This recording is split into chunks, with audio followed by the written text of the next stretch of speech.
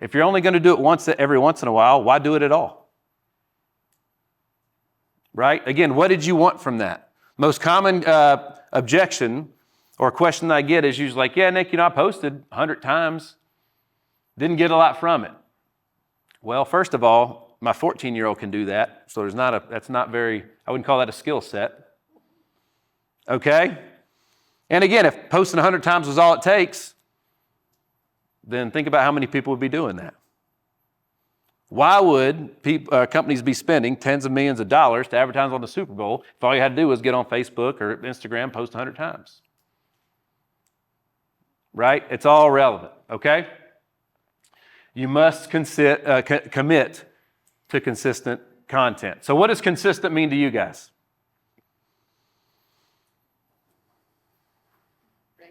Regular? Right on. Okay. What else? What does consistent mean to you guys?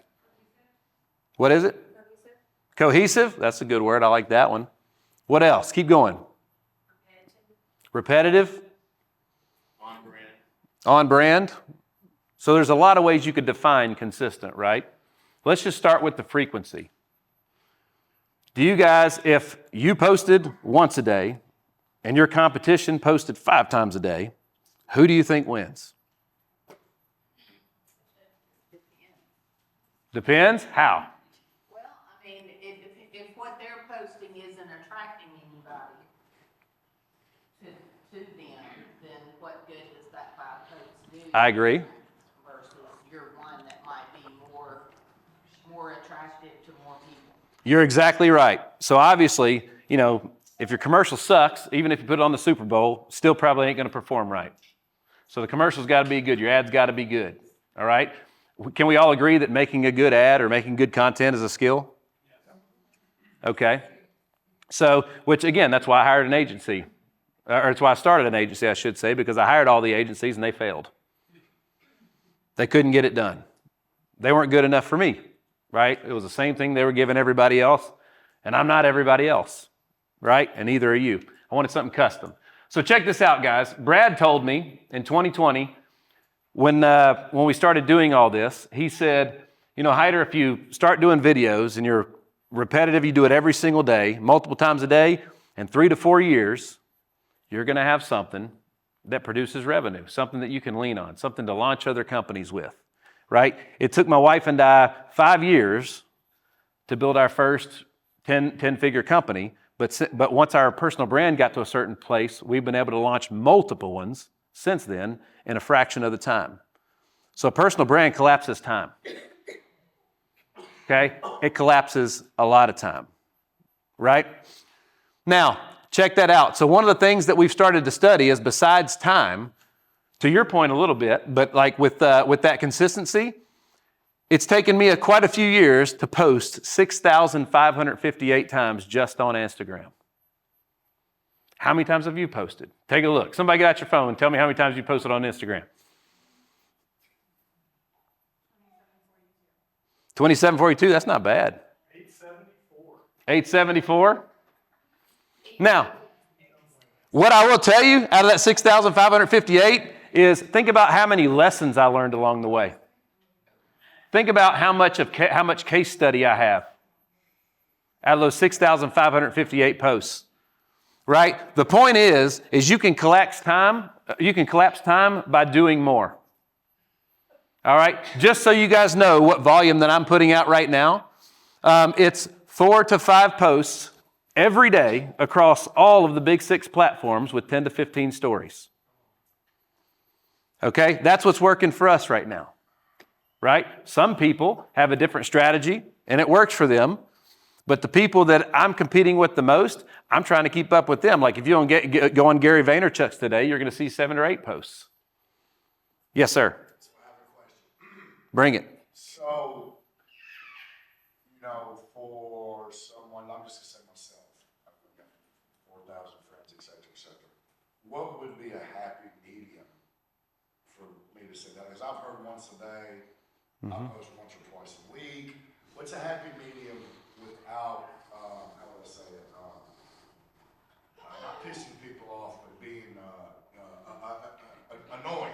Well, where's that happy medium? And then so Yeah, well, first of all, people that like, they opt in. They can unsubscribe, they can unfollow. They don't have to look at your stuff, right? So you're not doing anything for those people. And by the way, those people ain't buying nothing anyways. No, I'm marketing for the people that need to see it, not the people that don't want to see it. You know what I mean? There's certain commercials that every time they come on, I'm like, nope, don't like that commercial. I can turn it off. Your audience can too, right? So I'm not worried about making anybody mad. Again, I don't have allodoxophobia. I'm happy with myself. I'm doing the best that I can. I want to help people. And I can't help them if they can't find me. So I can't worry about that and worry about, I hope I don't make that guy mad when I make this post. As a matter of fact, some of the most engaging stuff that I got, we call it a virality rating, is some of the stuff that's conflictive. Right now I get to have open-ended conversations with people, and I get to convert them that way, and that just drives up the algorithm. So like my buddy Andy Elliott says, he says, man, to all the haters, he says, I'm going to burn their eyes out. I'm all they're going to see on the screen. You know what I'm saying? Life's an offensive sport. Marketing's offensive, not defensive. Right? So you're on the attack. You know what I mean? You got to save somebody from choosing the wrong person. You know what I'm saying? So was there a second part to your question? All right. Awesome. Again, just think about it. Like Tim McGraw ain't saying, I hope they don't play my song too much on the radio. You know what I mean? They want that sucker played as many times as can be. They want it covered on every honky tonk on Broadway. The more times you can play that song, the better. Well, what's the difference in your social media content? Right? What's the difference? So, I call them weapons of mass distribution. They're everywhere. Pick them. Post on them. What do you got to lose? You got everything to gain.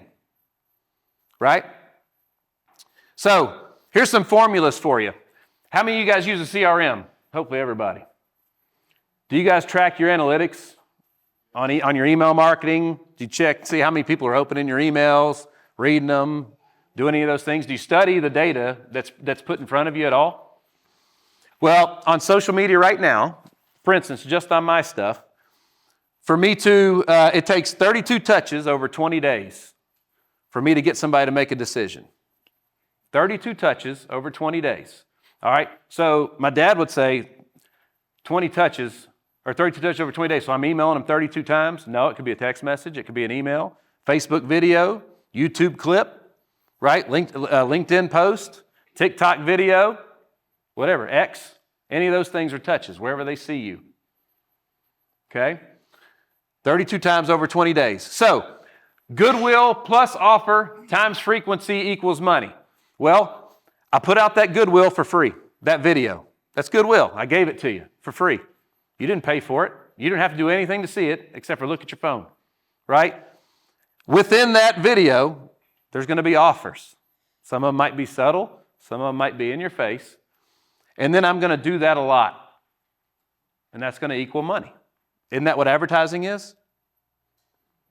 Isn't that what people do on TV, on radio, in newspapers? Right? If you advertise in print, do you want the smallest piece of that page or do you want the whole page? Or do you want the whole book? Right? So again, people have this right here. How much of that are they going to see of you? I want, when you open it, I just want Nick Hyder right there. You know what I'm saying? Now, check this out. I heard a speaker say this the other day and I wanted to give it to you guys. One of the things that your digital marketing needs to do is it needs to explain to people that you're going to activate your impact, or their impact, or your impact, sorry. So check this out. She said, when you live out your God-given gifts in the marketplace, that's when you make an impact. In the marketplace. In the marketplace. What's your God-given gift, sir? Empathy. And the more people that know about it, the more people you can affect with that empathy, right? Absolutely. Guys, it's all numbers. What's your God-given ability?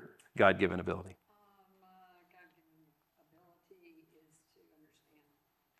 To understand people? Awesome.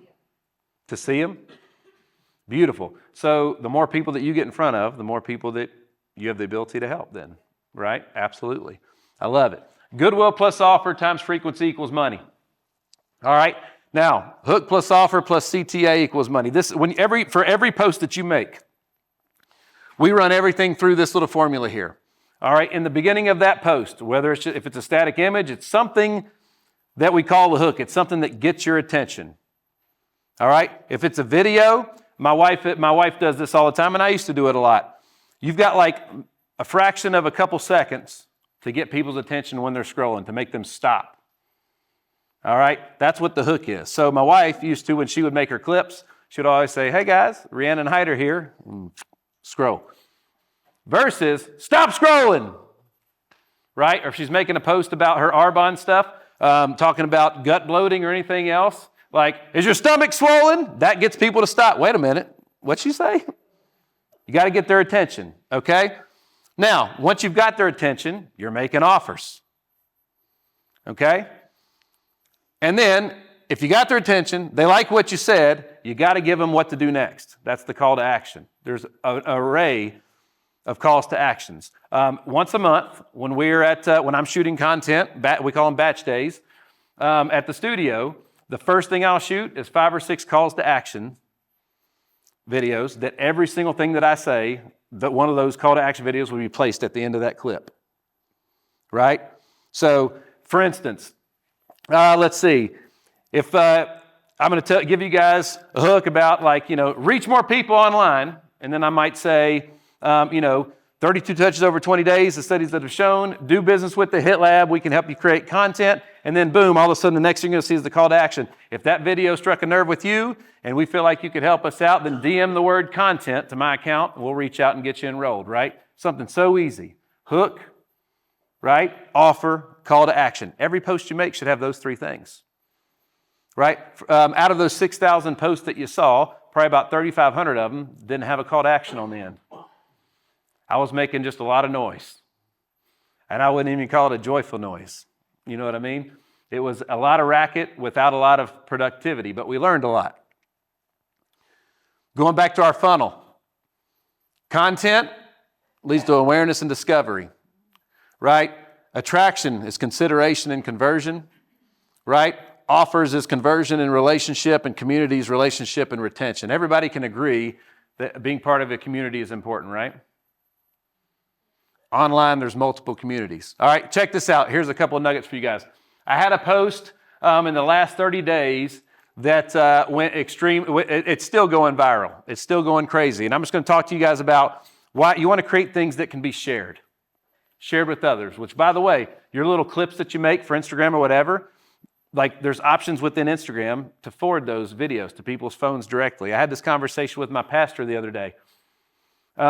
In my opinion, I'm wearing the church out. They need to be doing better online.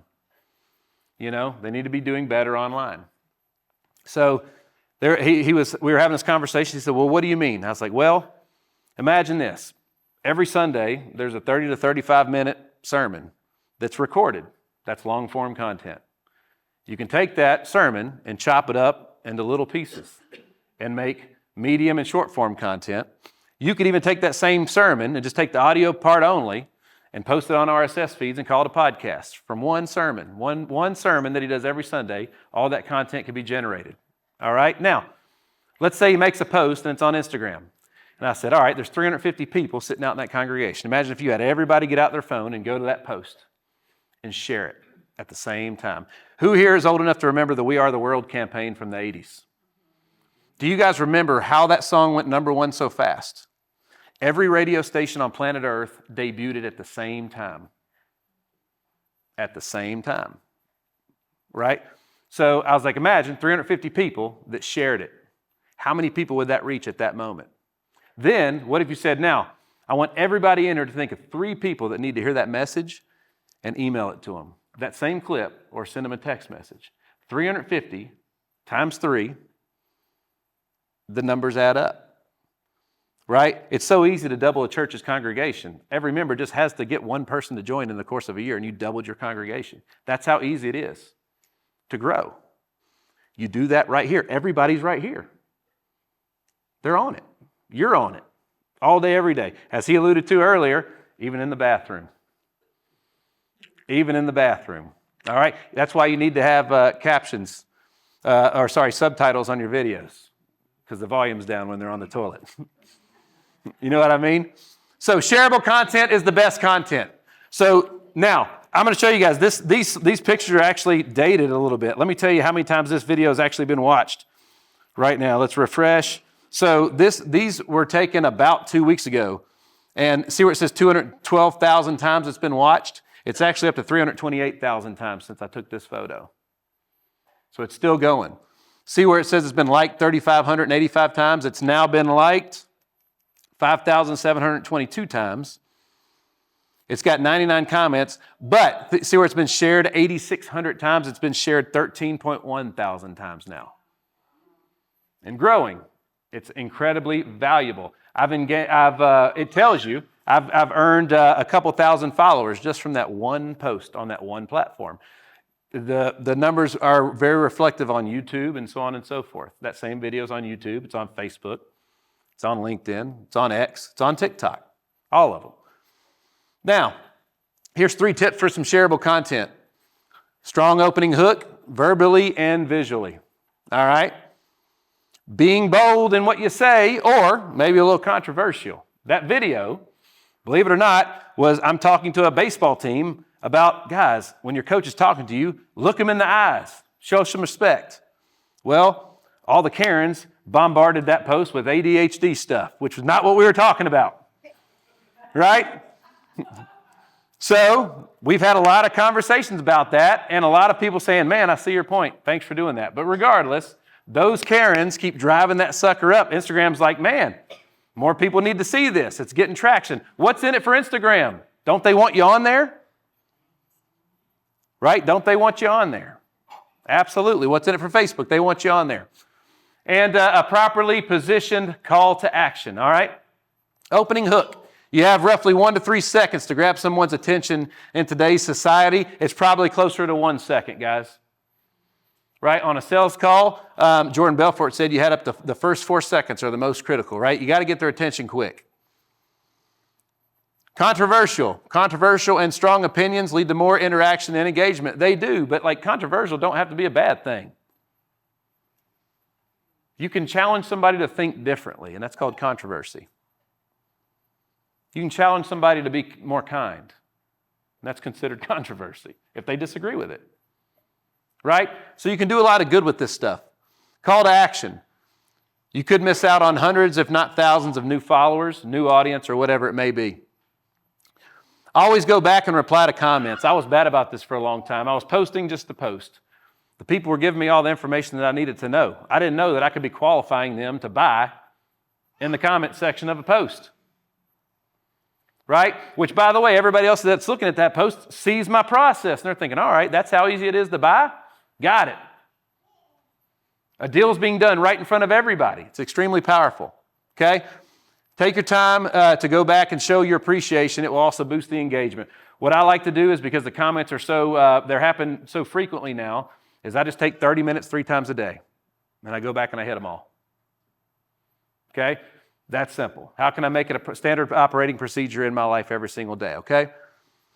Now, save this post if you receive value. See, that's a call to action. That's how easy it is. Comment if you like what you heard. Comment controversy if this struck a nerve with you. Whatever it may be.